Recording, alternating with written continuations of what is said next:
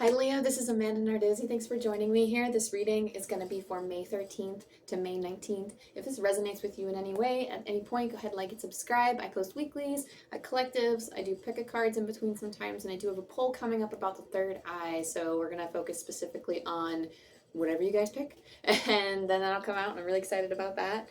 But let's dive into the energy. Sorry, I don't know if you can see from the camera, but I am covered in corgi fur, and this is after the lint roller. We were just having a little cuddly session, so don't mind the hair flying at any point. All right, let's get into it. I'm just going to do an intuitive free flow. As always, drop into your heart space. Let the dust spiritually, physically, and emotionally settle around and within you so that you can determine which messages are for you and which messages are for others. And I always encourage you to call in your guides, your spirit team, your angels, your ancestors, anyone else you connect with. I call in Archangel Michael for protection. I call in my spirit guides, my angel team, to help me connect with the Leo energies and to help them on their path towards empowerment, authenticity, and to help create the life that they choose. And already your oracle cards are coming up with like a chaotic type of energy and needing to take a step back and clean it up for a little bit. So I'm going to show them to you in a second. I'm also going to pull tarot for each of them. So this is a difficult time to navigate. You're going to have to rely on your intuition a lot, your instincts. You have animal guardian, trust your instincts. We're going to dive into each of these oracle cards with tarot. You have clean it up. So it's almost like you need to dust the surfaces a little bit. Maybe you've let something sit for too long and it kind of exploded in your face. Whatever the case may be, whether it's something that, you've kind of left unattended and over time it just grew up to be a bigger thing, or if this is somebody else trying to cause some issues in your life, either way, there's just some efforts that need to be taken. Either sometimes this is like your physical space too. I don't know why I'm getting like strictly like dusting the, it's not that things are messy. It's just like, maybe dusting things off, or even if this is just a general housekeeping thing for you, this could be a physical or spiritual cleaning up your energy. Storm fields are happening. This is like chaotic. It's a chaotic time. It could be hard to maintain the things in our life and hard to clean up our energy when there's a lot of things going on. I totally get that. I totally understand. The human in me is like, oh my God, girl, guy, dude, whatever. I feel you, okay? I feel like I call everybody dude and bro, but dude, I feel you, all right? Like, I get it. But it's like, you just gotta, no, there is no you just gotta, because it's going to be different for everyone. So let's dive into the tarot and see specifically what we're looking at here for each card, because I am just getting that it's just chaos in general, and I'm getting that it might be time to move on from this chaos in some way. Some of you, part of that is, bringing in the cleanup crew and, moving things along. This could be somebody in your life that's giving you a hard time. This could be, just you separating from them for a while emotionally, or stepping away from a situation that is, draining to you. This could literally just be cleaning up things around you to free up some space. You have the Queen of Cups. Let me pull this up here, sorry. Yeah, so under clean it up, we're going to dive into this energy. So what is it that we need to clean up here? We have the Queen of Cups, we have the Eight of Cups, and the Fortune's Wheel. We definitely are walking away from something that could be challenging or troubling for us. Now, walking away isn't always suggested when we're facing a challenge. Sometimes we got to take it head on. Sometimes we have to deal with these things, but I do feel like this is something that you can just step back from. You're emotionally investing in something, and this doesn't have to be something that is, stirring up in your external world. This might have been something that have happened in the past. I think Ari's got a similar message at some point about, and it's interesting when like the fire signs have similar messages and the air signs have similar messages and so on and so forth. It's almost that energy of, like maybe you're contemplating or you're looking too closely at something. The Queen of Cups is scrutinizing like the essence of something. Like it's almost like with the cup here, she like, in the traditional tarot, she's very focused on the cup, and she's focused on the details of the cup, and she offers really great discernment. But on the flip side of the Queen of Cups, while you can be attentive and looking at the details very closely, it is also, you could be looking too closely at the details and not zooming out and seeing the bigger picture. You might be getting lost in the details a little bit. Now, the Queen of Cups in this deck, this one is almost... in this tarot card, like in this deck, she's looking at the essence of the cup. So she's looking at the soul that's coming out of the cup, not necessarily the mask or the face that it brings up. So it's almost like you're understanding either intuitively about like a situation or something that's bothering you in your life right now, whatever this energy is that you need to step away from. You understand the essence of what it is, and it's something that bothers you, even if somebody is appearing to you in a way that is better than what they actually mean. Or, you know, they might come to you saying they have the best of intentions, but meanwhile, there might be some things in the background going on. This isn't to like speculate. This is something that you would already know and already feel at the time of me telling you this. But there is an energy of needing to walk away from that. That's what the Eight of Cups is. And the Fortune's Wheel, the Wheel of Fortune, I do feel like karma, if this is another person, another situation, karma will come visit them.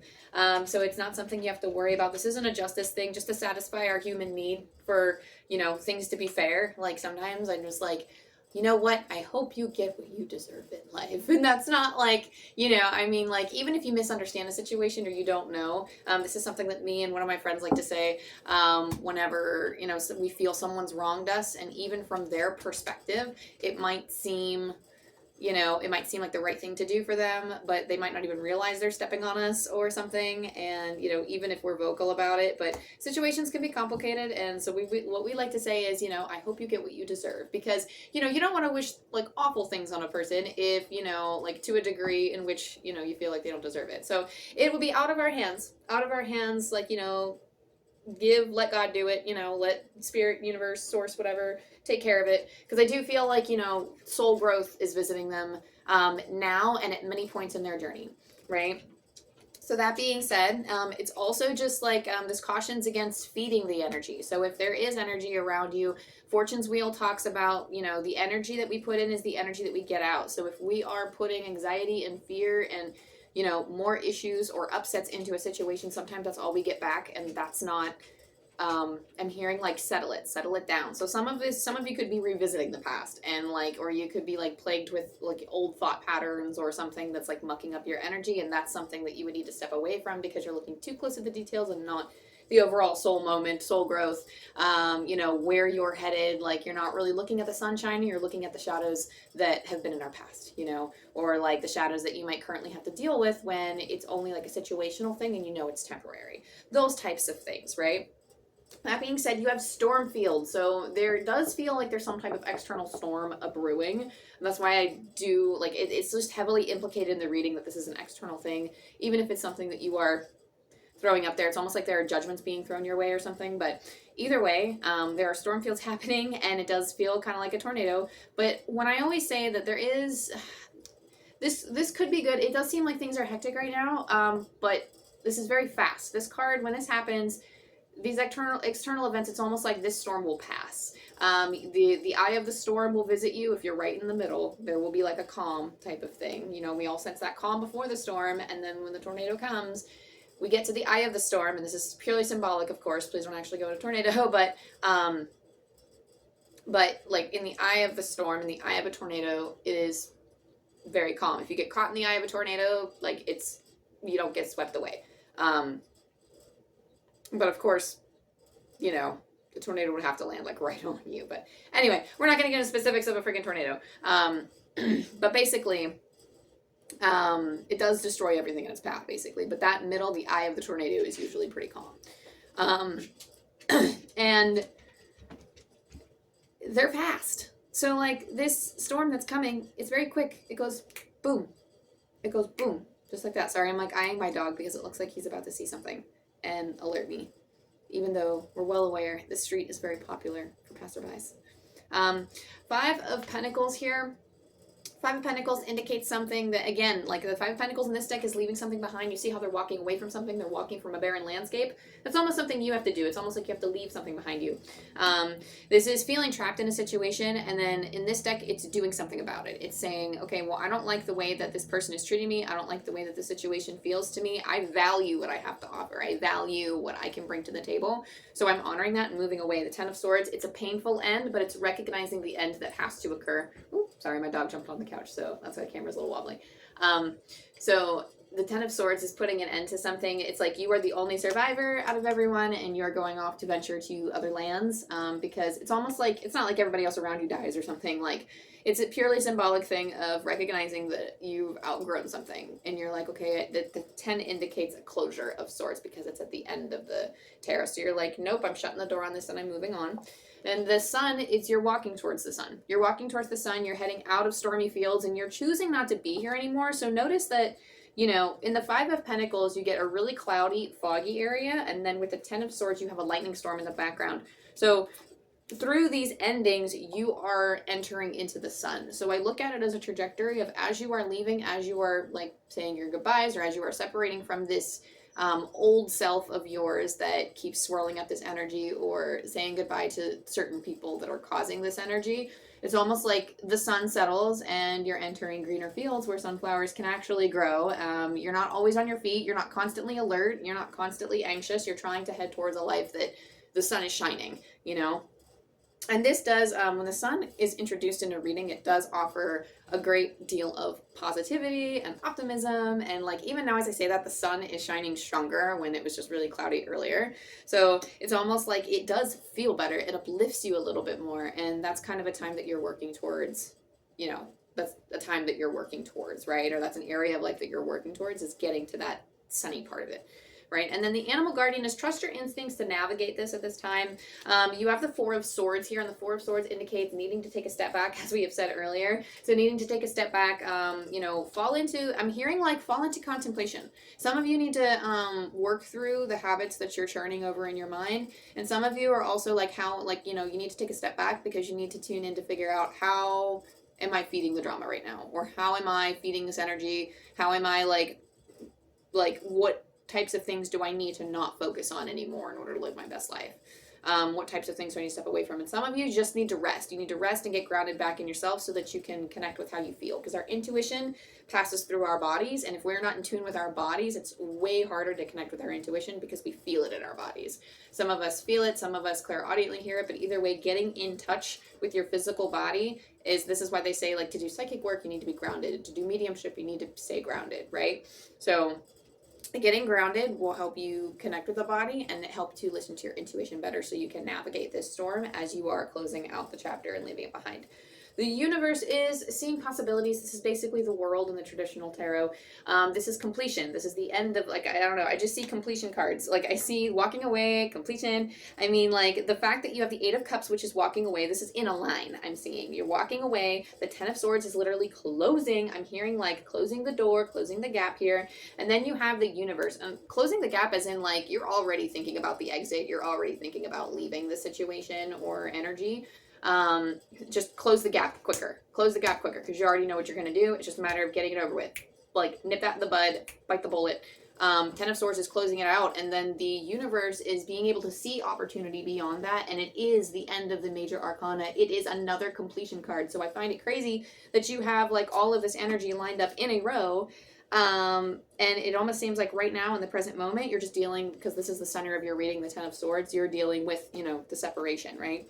But the universe offers a more optimistic or like a better feeling type of closure, because once you make those painful goodbyes, or once you separate from that energy, which might be a little messy extracting from, but once it's done, you know, you start to see other possibilities for how to move forward. You're recreating something. You're starting the cycle again, because after the universe starts the Fool again. So the Fool's journey starts over. Right, so you also have the Page of Swords, new ideas being introduced, following your instincts, getting out of them, hearing, like, you'll get out of this alive, trust me. But it was almost like you follow your intuition, and then you come out being this, like, beautiful new, it does feel like a breath of fresh air. It does feel kind of like a Fool energy, even though we're with the Page of Swords, because they're drawing attention to this butterfly. You're transforming, you're going into, like, a new beginning once you separate from this, and it's almost like, you know, sitting and waiting with certain ideas coming through, because the Swords deals with ideas and beliefs and the words that we use to navigate our world. It deals a lot with communication and quick decision making, or just any type of decisions we have to make at all. It's decisive energy. The Page of Swords is about learning how we think about certain things, and maybe Page of Swords is also constructing a story on, like, you know, like, how did this go? Did I, you know, like, almost like you're assessing the situation. I do feel like a calm after this, of like, before you move forward and start a new life, it's almost like you're in a reflective or contemplative state of, okay, in hindsight, like, how did that go? You know, how do I feel about it? Like, how can I move forward? How can I heal? Like, it's assessing next steps from there, okay? Let's look at your Strength Heart Challenge for the energy this week.